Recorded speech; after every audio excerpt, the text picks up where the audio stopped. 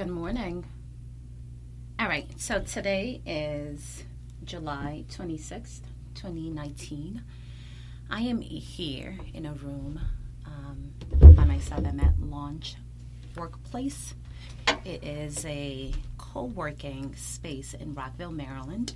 It's for those who are just starting out with their businesses, are not at a point where they can move into their own office yet, but they also want to get out of the house as well as look for a professional environment to work from, as well as have clients come visit them. So I've been looking for a co-working space for about a month now as I look to transition into independent consulting and launch my consultancy, MBA Growth Partners.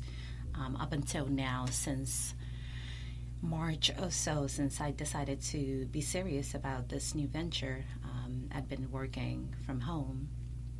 And I think I'm getting to a point, especially with the kids being home for the summer, I think I'm getting to a point where I sort of need to wake up every day, have somewhere to go, and have a space where I can be dedicated and focused to growing my business, but also an environment that I feel can be inspiring, get my creative juices flowing, and essentially really just feed me as I look to grind out the next 3 months. Now, I say 3 months because there's a lot going on in my life, and I'll probably be getting into it perhaps on this particular episode, maybe in the next few sessions, because at this point I feel like I'm kind of all over the place, and since I'm in the studio by myself, there's no one to bounce off of. And in typical Bola fashion, I don't necessarily have an agenda for what I want to cover today, so I may be all over the place, and in fact I do feel like I'm all over the place, so but that's fine. The reason I decided to make this session is because I've been wanting to do a podcast for some time. In fact, I bought the equipment and recorded a couple of episodes last year, and posted it. And since then, it's just been difficult to find the time, the creative energy to really record another episode. And since I'm launching my business, I feel like I'm in a space where I want to sort of just do me, but mostly do me, meaning I want to create. I want to occupy and fully step into a creative space that will allow me to feel like I have more power and control, not only of what I'm doing, what I'm spending my time on, but also over my energy. I find that when one is involved in a creative endeavor, it's sort of a gift that you put out into the world, but also feeds you and builds you up as well. So so that's what this is about. So a couple of weeks ago, I stumbled upon a podcast studio at Launch Workspaces, which is where I am right now. And I took that as the universe sort of telling me that I needed to revisit this. And also, the studio was fairly reasonable. I think it's $30 an hour. So I booked a session. And for whatever reason, I canceled. And let me just say that I've subsequently, up until today, I have booked maybe 5 other sessions, and for whatever reason could not make it work. Either from juggling my business, my personal commitments with family, taking my kids to the pool. For whatever reason, I would just end up canceling the session. So finally today, I booked it for Friday, and I think what I realized is, I'm such I don't want to say scatterbrain, but I'm really sort of all over the place in terms of what I need to do and what I want to do, that a lot of times I end up having competing priorities. So what I realized is I need to set aside specific days and time for when I want to do certain things. So I've decided that every Friday at 9 a.m. I will come to the Launch Studio, pay my $30, get in here, and sort of just explore this practice of putting something out there. I call it a practice because it sort of reminds me of, my practice of yoga. I recently took up yoga, and for anyone who knows me, I'm probably the last person that would be doing yoga. But it's not funny, especially because, after a while, you become what you do. I now see that, I am absolutely a yogi, at least someone who practices yoga. Everything from the philosophy of sort of just leaning into your space of discomfort to, not worrying about whether or not you're going to be perfect at a particular thing, but just getting out there and doing it, to the idea that over time you get better at something. And lastly, to just the idea or the notion of embracing, just stillness, just being quiet, going inward and being in a space of stillness where you can focus on your breath, focus on just the basics of life when things start to get overwhelming. And those are all the things that I've been doing with yoga as of late. And I'm at a point where I probably do yoga maybe 3 or 4 times a week. And it's one of those things that it's challenging. For anyone who does yoga, how challenging it could be. I mean, it really pushes you. You're in this hot room. You're contorting your body in all sorts of shapes that, are seemingly unnatural to you. But you're in there and you're pushing through and you're understanding that it's not about being perfect.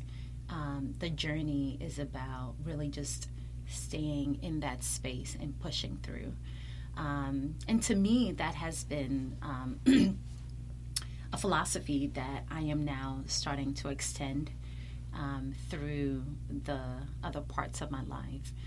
And really just taking the perspective that most of anything, from parenting, from our marriages, from our relationships with our friends, from to relationships with family members, all these things can be particularly difficult and challenging. But if you look at them as a practice, every day I get up, I know I'm not going to be perfect. If anything, every step of the way, I'm going to fall short in one way or the other. But, I will continue to push through, stay in the moment, and see what I can do to improve on my practice for that particular day.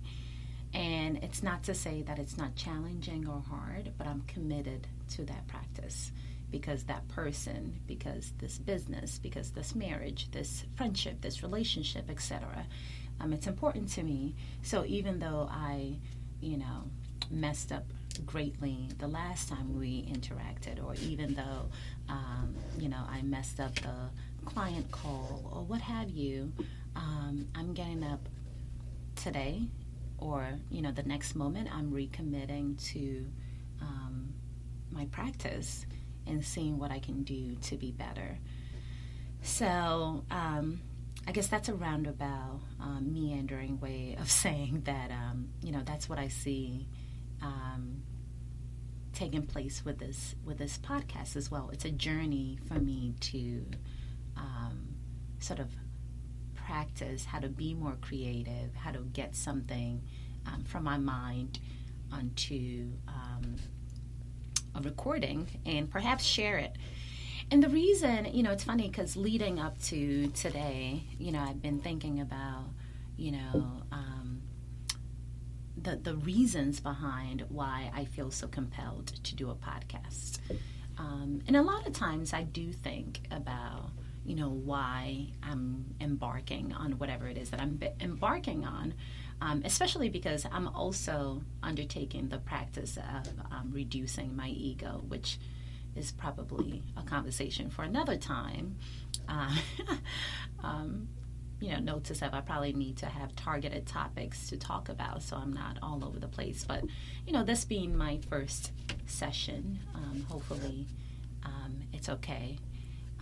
And whoever is listening will sort of just ride along with me. But recently, I've been thinking about, there's my phone. Turn it off. Another note to self. Make sure you turn off your phone when you're in a recording studio. So more recently, I've been listening to a lot of Oprah's Super Soul Sunday. And for anyone who listens to that podcast, you'll know that she also has been, doing a fantastic job of really just living her best life and showing us her journey in the case that we may also want to consider how to step into the space of living our own best life. So she'll usually or, typically have various experts come in about different things. And earlier this year, there was a series of conversations that she had with, someone that she had been really, tracking his journey or maybe reading his books for the past several years. I would even say decades, maybe. Eckhart Tolle. And I'm pretty sure he's written lots of books, and I know that for a fact. I just don't know the names of the books I've had at this point. But one that she was sort of going through in this 10-part series that she did with him, with Eckhart Tolle, is what's called A New Earth, Awakening to Your Life's Purpose. A New Earth, Awakening to Your Life's Purpose. I actually think I purchased the book, if I'm being honest at this point, but I have not read it. But I did listen and follow Oprah through the 10-part 10-week series of sort of diving into the book and, chapter by chapter going through, the contents of the book. And she'll typically invite Eckhart Tolle on, and they'll talk about the chapters. She'll give her perspective. He'll talk about what he meant or his understanding of it. People will call in to give their perspective and also give testimonials about how their lives are being changed. And the book, by and large, is about how you can really step into your life's purpose, or at least find greater purpose by diminishing or attempting to diminish the emphasis on your ego. The ego being that which you, and I'm probably not doing a good job of explaining the ego. I'm pretty sure I'm not. So whenever I do a topic on this book specifically, or ego in general, I'll be more prepared. However, my understanding of the ego is that which you associate with that is meant to bolster you, or at least the image of you, either to yourself, but typically to the world. So that which you do that's meant to build you up, that's meant to represent who you are. And a lot of times they're material things. They are, the relationships that we associate with. They are the jobs that we take. They are the personas, I guess. Your persona is really meant to feed your ego. And because of that, we are working to keep up a front that's meant to project an idea of ourselves that's not real. And a lot of us occupy that space of trying to project. And this is something that really resonated with me, because I think I've always sort of questioned, why it is that we buy into the ideas or the concepts that we buy into, especially when they're particularly taxing on us emotionally, physically, spiritually, etc. Why do we go to the jobs that we go to and spend 10, 12 hours a day away from our family, from our loved ones, from the things that we would rather be doing, spending time doing, and we go to these miserable places just to be able to say, well, I am a blank, whatever it is that we want to consider ourselves as. So it's just a weird mental sort of thing that we allow ourselves to step into, and ultimately it ends up robbing us of our of the time that we should be spending on ourselves to grow, to explore the things that we really do want to explore, to get to know our family members better, to get to give back to the world, to make things a better place, and really to build, to be in our creative spaces, to build, to really give in a meaningful way to the world. Because I feel like at our core, human beings want to build. We want to create. At least I know that's what I feel. So I don't know if that's the same for other people. I would guess that's the case, but maybe not.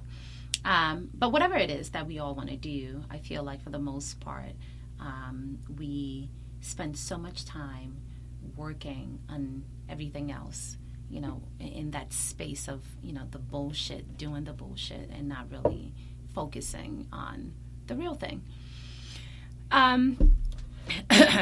So this practice of diminishing one's ego is really meant for you to craft out that space for yourself. So that's what that book is about, and that's what I've been doing. So more recently, I am trying to explore my physical self, be as healthy as I can, eat food or, as much as possible, things that will feed my body in a positive way, wake up with a good attitude, give off good energy to the people I care about, because at the end of the day, I want to be able to go to sleep and feel content with the energy that I put out, as well as what I'm receiving back for that day. So it's a practice. And this podcast is the same.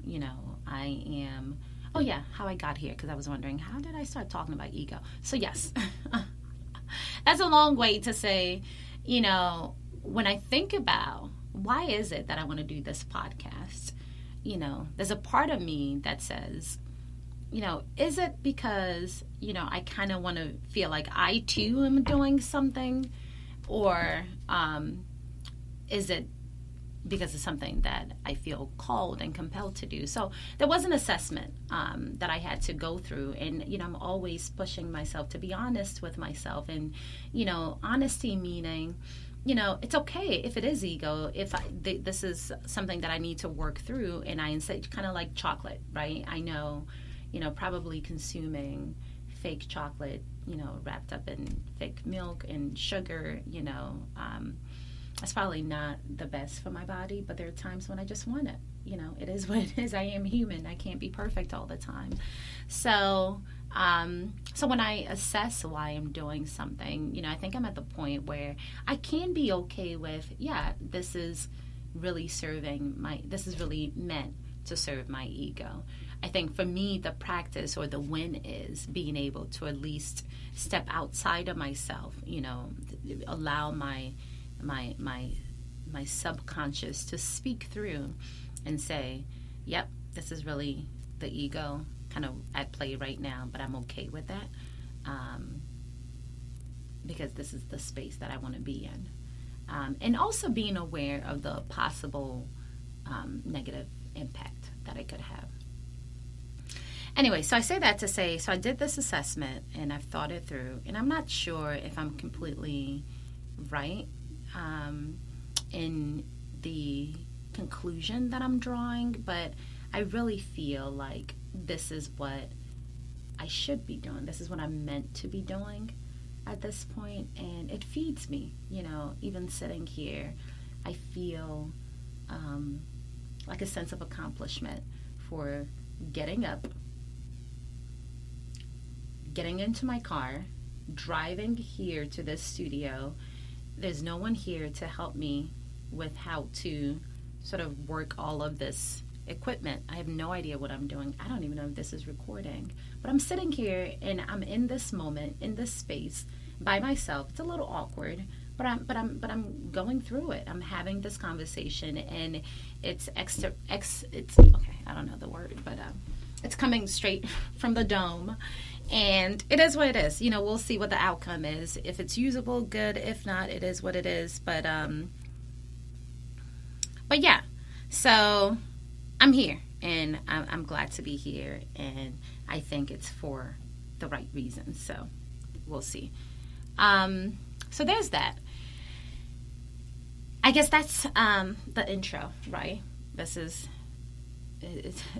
a long intro as to how I have found myself on July 26th. My sister-in-law's, more like my sister, Faluka Fakenleda, shout out to you. Happy birthday. We're going to party in a couple of weeks. Love you. But, yeah, on this day, it's a way for me to, as opposed to doing anything else, I'm here today. So, yes. Now, in terms of what I want to talk about, I think it's probably just providing a summary or an overview for the space I've been in for the better part of the year. I would actually say all of this year. So if I were to look back, so one thing I'll say is I think for the past 5 years or so, I feel like I have been intentional in improving various parts of myself. I think up until 5 years ago, which would be 2014, maybe 2015, let's just say 2015, 4 years ago. Up until then, I feel like I had been sort of just floating through life for the larger part of 10 years. So I would say since getting out of college, having children, I went into the space. Well, you know what? I had children, and 2 years after, when Nubia turned 2, I decided I was going to go to business school. So Mac and I, the husband, took the kids, uprooted ourselves, and went to Charlottesville. And that was the space, that was the time for me to sort of reinvent myself, step out of the rut that I felt like I was in. So I will say, those 2 years from 2008 to 2010 were probably pretty amazing. Mainly, well, in one way, they were amazing in shifting my perspective. I think I was on a path where, I was working, I had children, I was making okay money-ish, I guess. I wasn't doing work that was fulfilling. I was agitating. It was around the time that my friends and I started an event planning business. So there was always more that I wanted to do. I always wanted to express myself through other outlets. But I still felt like I was stuck in a rut. So going to Virginia, meeting all these amazing people in business school, and really just learning new ideas about business, new concepts, getting exposed to folks that I thought were brilliant people who were going to do amazing things with their lives. And we were all going to come out of school, making just crazy amounts of money, and we would be stepping into a space of just luxury and opulence. That was, I mean, I think at the time, if I was being honest, the idea of making six figures was just so mind-blowing to me that I couldn't fathom, the opulence that my life would then sort of take on as a result of it. So I was there, and things were good. I would say a part of me was definitely being stimulated, and that was the intellectual part. And I think I was also dreaming. I was in a space of, living in the future. Just could not wait to have a full-time job so I could be in this space. I could be seen as, oh my God, some person with a great career who would come back to school, to Darden, and recruit, and the students would look at us and look at me in awe, like I used to look at the recruiters, and just want us to give them a chance, to work for whatever companies we were working for. So that was the space I was in, whatever. I would say at the time it was obviously not well informed. Clearly I didn't have any idea about, what it takes, what six figures mean, and how much it truly takes to live the life of your dreams. It certainly is not $100,000 or whatever it is that one is making. I guess it could be depending on where you're living and how much debt you have. But I didn't consider any of that. I just considered the money. So I would say that was a time when, I felt like at least one part of me was actively being worked on. And then coming out of business school, I think personally, I went into a very difficult period of time. And I would say, my husband and I, personally, we did. I think there were lots of turbulence. And those turbulence were probably as a result of sort of the reality we were met with once I got out of business school. If I'm being honest at this point, got a decent-ish job, low six figures. But at the time, Mac had gone into business school because I thought it was such a great experience that, he also was in a space where he was trying to, find himself. And I just thought, maybe go to business school and see what comes as a result of it. I'll leave it to him to maybe speak to whether or not it had the same transformative effect or impact on him as I felt it did on me. But, I would say maybe not. But either way, we had one income, which was my income. We had two children, and I had just had a baby. I just had Amity. We had two homes that we were keeping. He was in Charlottesville. I was in Virginia. We were going back and forth. And things, I would say, were just very unstable and difficult. The money was not going as far as we would need it to be. So ultimately, I got into a space where, things just became very difficult. I became very agitated. The work I was doing at work was not fulfilling. It turned out I felt I had been sold a bill of goods, or maybe I just convinced myself of something that was not a reality. But either way, I think 2010 to 2015, so maybe 5 years, was a period of time that was very difficult in all aspects. I think, Mac and I were in a very difficult space. We were constantly fighting. We're constantly looking to make ends meet just because, we had massive student loans. And I say massive, they were just out of this world. I don't even feel comfortable saying the number. But they were just out of this world. and still, the comfort and the the not opulence at this point, because I think at this point I'd realized that opulence wasn't coming anytime soon, but I still wanted to feel comfortable, like step into a space where I felt like, okay, I'm comfortable.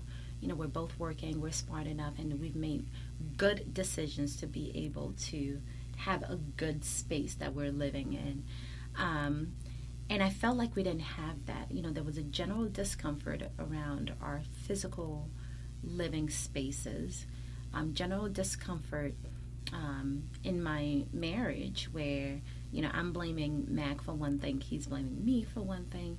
I was working all the time, just maybe trying to get promoted so I could make more money, or maybe trying to make more money, but also so I could get the validation for being, this person. I am now a manager or a senior manager, because I really wanted to have evidence that all of the hard work and everything I had put myself, my family through, was worth it. And all of the loans, the time taken away, like I really wanted at least some sort of designation, something to say, and this is why we did this, because at the end of the day it was worth it.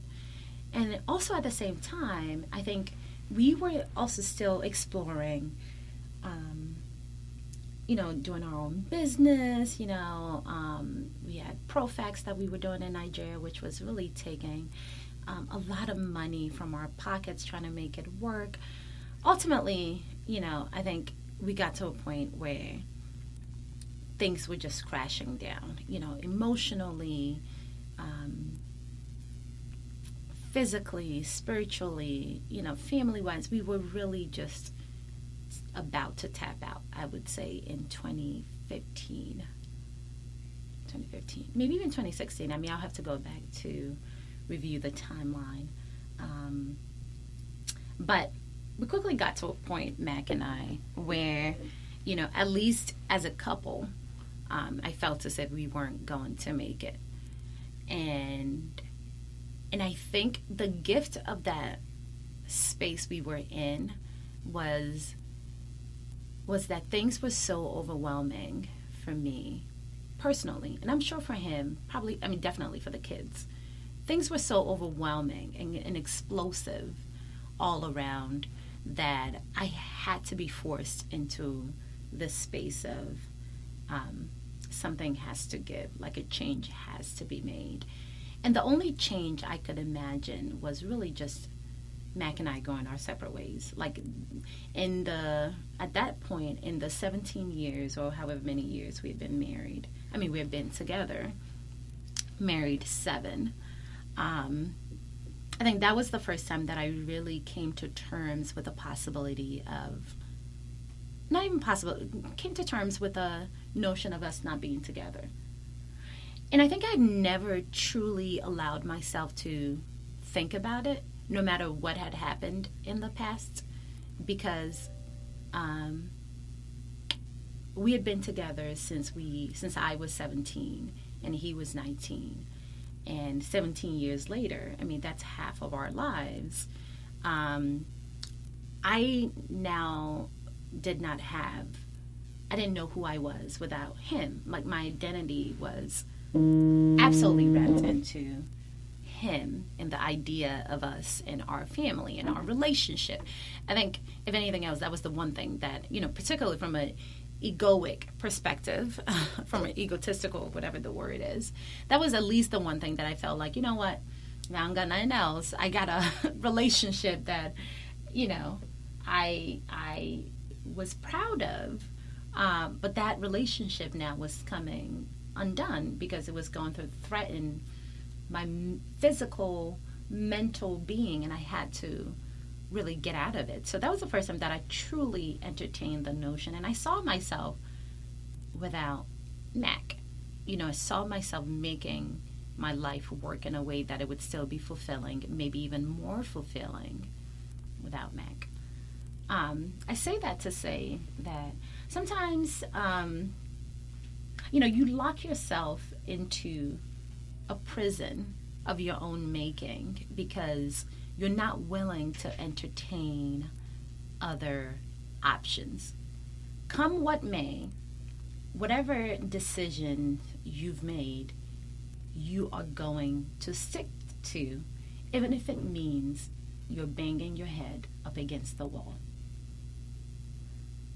And that essentially is ego at its worst.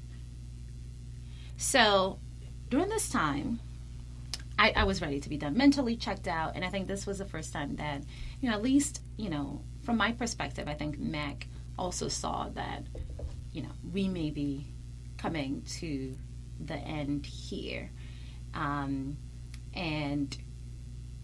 I think there was a part of me that still wanted it to work. Obviously, there was a huge part of me that wanted it to work, but I wanted it to work in the right way. I didn't want a relationship for the sake of a relationship. Like, I no longer wanted a relationship for the sake of a relationship. I wanted things I wanted a relationship that would work for me, not that I was trying so hard to make work. So, if that makes sense. So at that point, Mac, and thank God for him, because I think it was this action that really set me off on the path that I'm on right now. Mac made one last attempt and said, listen, yes, maybe we are going to get a divorce. By the very least, let's go to this marriage boot camp that was being offered by Stosny. I forget his first name. I'll look it up, and we can have a podcast on this at a later time. But, it's Stosny. This is a guy who's been on Oprah. I think he's world-renowned, and he's a psychologist. He is trained on the psychology of men and women, and how when the two get together, what sort of happens in a marriage, and the psychology of that sort of union, and the challenges you're likely to have, most of them being driven by our insecurities, and the men and women operating from places of insecurities, and a state of being devalued. So we went and we spent most of the weekend talking about, just looking into ourselves, being introspective, and really just assessing who we are, all the decisions that we made up until now. How did we get here? And, what do we need to do to sort of work towards the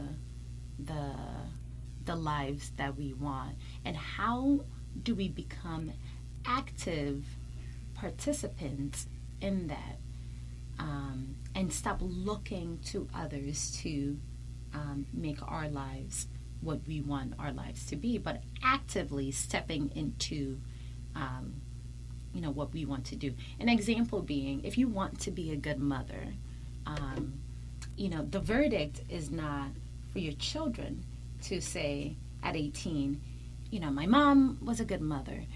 Every day you wake up and you think about, what does it look like, from your perspective?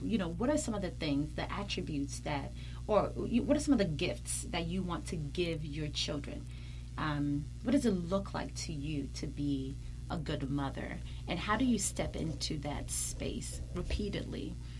Even if, at the end of the day, your children are not going to say, my mom was a good mother, or even if your husband is not going to look at you as a good mother, it's about what you feel like that looks like, the space that you want to operate in, and how do you step into that space every day? What are the gifts that you give yourself by giving to others on a daily basis? A very complicated concept. I'm not sure that I'm doing it justice. I'm pretty sure I'm not. But I think coming out of that boot camp, my worldview began to shift.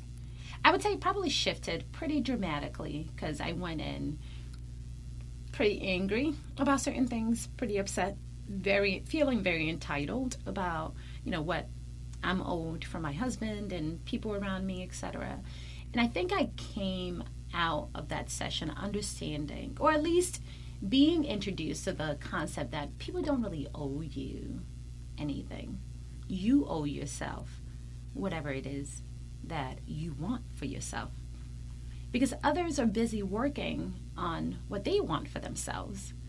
So at the end of the day, it's never about anyone other than yourself.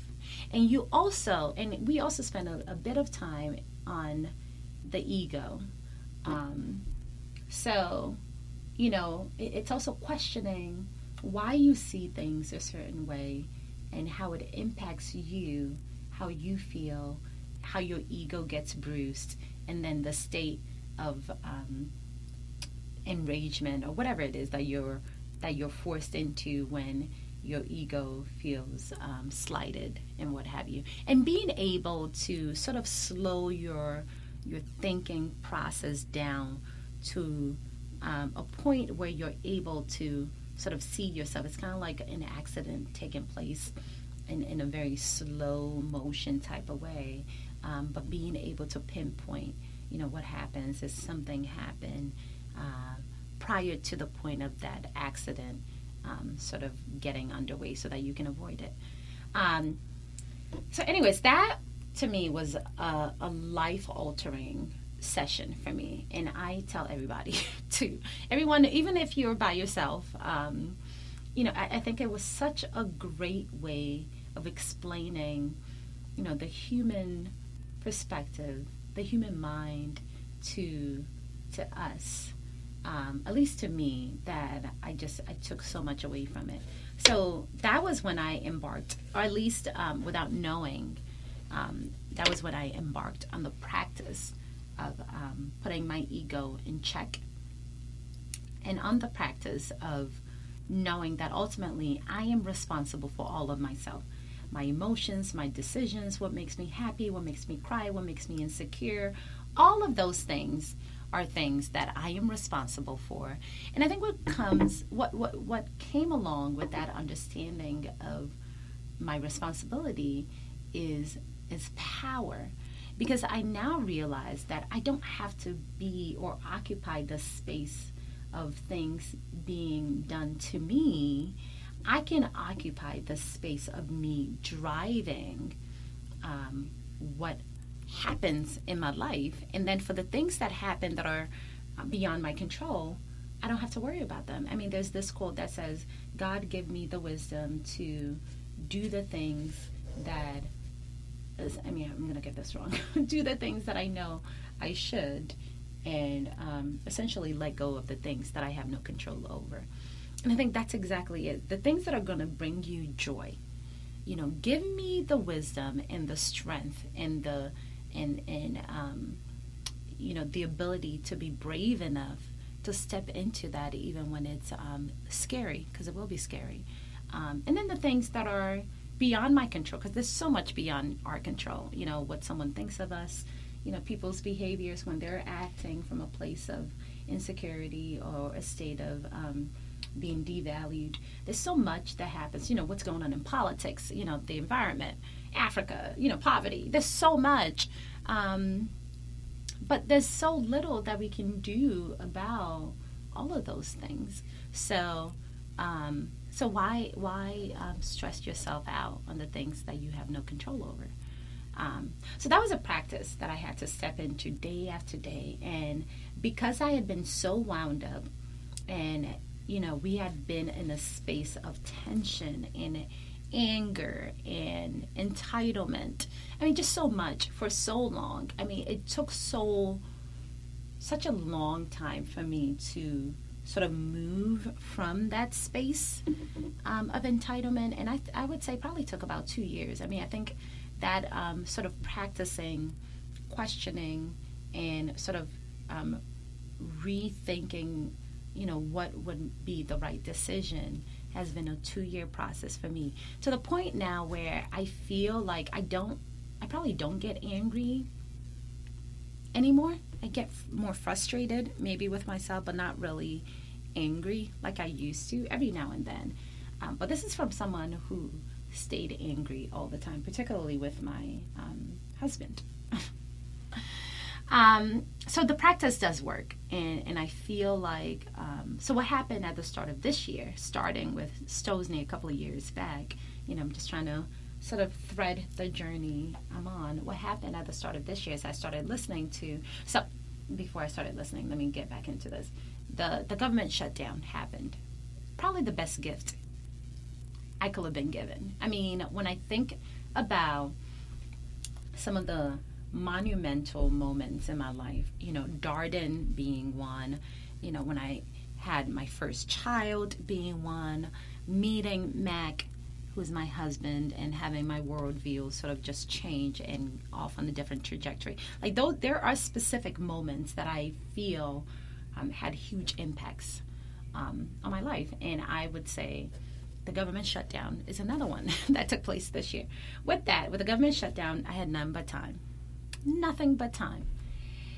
And what I decided to do was that I was going to join Lifetime. I met this girl, Tammy, who is now a very good friend, at a party in December, and she said she was a member of Lifetime. I said, you know what? It's time for me to do something about this weight. I don't have nothing else to do with my time. Sure, let me go to Lifetime. So I started going to Lifetime, and the goal of that really was for me to step into the practice of reshaping my body. I think my body had, in the physical sense, had become out of alignment with how I viewed myself and my body, and I think I was just overall unhealthy. So I at least wanted to start working out, become stronger, have more strength. And I was coming from a space where I really didn't think it was possible. Like, I essentially considered myself like physically weak. And I couldn't see how I could get from that point to, being stronger, leaner, thinner, healthier. But I was committed to the practice, once again, the practice of going every day, of just waking up every day, deciding to go work out. So that was one thing I started. I also started intermittent fasting, and why that's important is because I also challenged myself to, number one, have better control of what I was putting into my body, what I was eating, because I noticed that, the things I ate really showed up in my body. I have eczema, so sometimes my skin, depending on what I ate, will break out, and sometimes my joints would swell up, if I ate sugar. And I just felt like there was no reason for me to continue to have my food harm me in such a way, in such a way that at least I could feel right away. And then also, lastly, I really just wanted to pair working out with intermittent fasting so I could also sort of hasten the process of losing weight. So that was another area where I started to bring control back into my life. And then lastly, I stumbled on Oprah's Super Soul podcast. So this was, and this all happened in January. So I said, okay, I'm going to start listening to that. I think I listened to one episode and then stumbled on the fact that she was about to do this 10-part series with Eckhart Tolle. And after listening to one podcast session, I just realized, wow, this really sort of breathed life into me, and realized that I wanted to listen more and kind of follow the series and be more intentional about what I take in. So I started listening to the podcast. And then lastly, I really stopped consuming things that I felt were draining me. So I purposely leaned into what was feeding me from a physical perspective, from what I was eating, from what I was listening to, and the things that were draining me, like social media, the news, negativity from family members and friends. I really leaned all the way back from. I stopped watching the news, stopped watching TV, really, and really stopped social media. Like, I got off of social media because it was just too much. It was draining. And I think what happened as a result is every day, I had some basic components to my living. I ate well, I fasted, I went to the gym, and listened to whatever soul-filling episode or podcast I could find. And that really was my routine. And I think over time, the cloudy sort of this space, that this automated space I was in, which was get up every day, go to a job that I'm not happy with, do things that are not fulfilling, deprive myself of good food, good sleep, etc.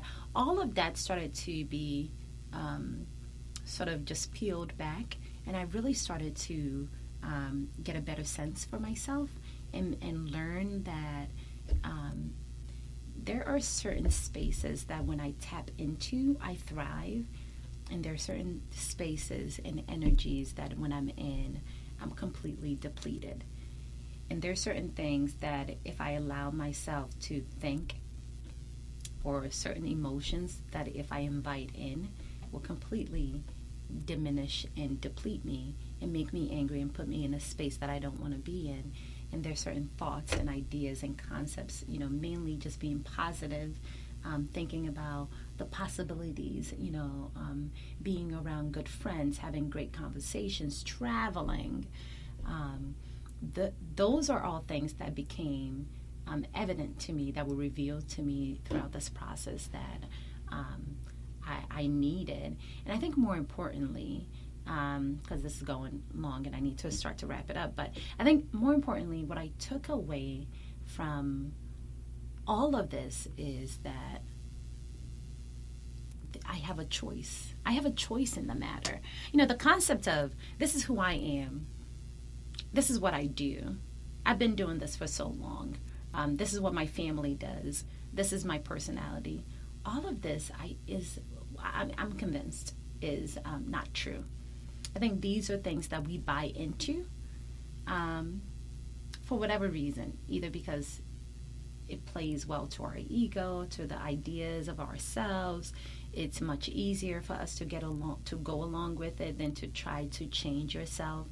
Whatever it is, we put ourselves in a space of powerlessness, in a space of weakness, by not being intentional and by not leaning into what we want, and not thinking about, or even going through the process of learning what gives us life, so that we can occupy that space more. So that's the path and journey I've been on. It's been amazing what's sort of come as a result. I'm excited to explore and sort of share my journey thus far and where I am. And, I'm running out of time, but I think as I wrap up, over time, and especially if I continue with this podcast, I think what I want people to take away and to learn is that every day, in fact, every moment, is a brand new opportunity for you to completely turn your life inside out in a way that you start to step into the space of living your best life. Now, living your best life is not going to come overnight. I just talked about how this whole process has probably been 2-3 years in the making. And I'm finally just now starting to see the physical evidence of it, the emotional evidence. Like, things in my life are starting to sort of come together in a way that I just couldn't have. Maybe I could have envisioned it. Let me not say that I couldn't have, but in a way that is sort of reinforcing and validating the notion or the idea that I'm on the right path. And that, to me, is exciting, because that in and of itself gives me life. So with that, I will stop. And I know that there was a lot said um, now or on this podcast that probably needs to be explained, can be further explored, needs to be pieced together. And that's what I'm going to look to do with this podcast. I think when I thought about, what's the value? What's the purpose? What am I trying to do by sort of doing this? I realized that, my goal is to just be able to serve as inspiration in any way. Not because I'm an expert, because I'm really not. Not because I got my shit together, because I don't. Not because I am someone that should be looked up to in any way, because I'm not. Not because I've completed the journey, because I'm really just beginning. But I think a lot of times, especially now, it's so funny. I'm back on social media, so we can talk about some of what I'm seeing. But since I've left and I've kind of come back, I'm seeing things from a whole different perspective. And what I'm realizing is social media is now filled with, like we're in this expert sort of period or phase, at least from what I can see, where everyone is a guru, an expert. Everyone is a SME. Everyone is giving advice. And that's not to say that we don't all need to be able to sort of motivate each other. But there are so many people who are dishing out advice, who are saying A, B, and C. And I'm going to leave all of that to those people because that's not what this is about. I want my podcast to be, about people like myself, just someone who wakes up every day and is as clumsy as can be, as forgetful as can be, maybe could be smarter, maybe could read more, maybe could do better in so many different ways, and I'm told that all the time. But I wake up every day and I know what my practice is, and my practice is to lean into the moment, embrace the moment, be my authentic self as best as possible, and see what comes as a result of it. And I think that in and of itself is a thing of inspiration, because I think it's a very brave thing to insist on living your authentic life, even when you have no idea what you're doing and your authentic life is a mess. Yeah. So with that, I'm going to wrap up. It's just so exciting and rejuvenating, and I'm so proud of myself, which is crazy, but I'm going to say it. Proud of myself for waking up, capturing the day, capturing the moment, coming here and doing this podcast. It's not perfect, but we did it, and the practice is leaning in and working at being better every day. So what I can say is the next one will certainly be noticeably better. At the very least, I'll be more organized about what I want to talk about. All right, peace out. It's been real. Thanks to the universe for allowing me to have this moment and this space to share what's in my heart. Namaste.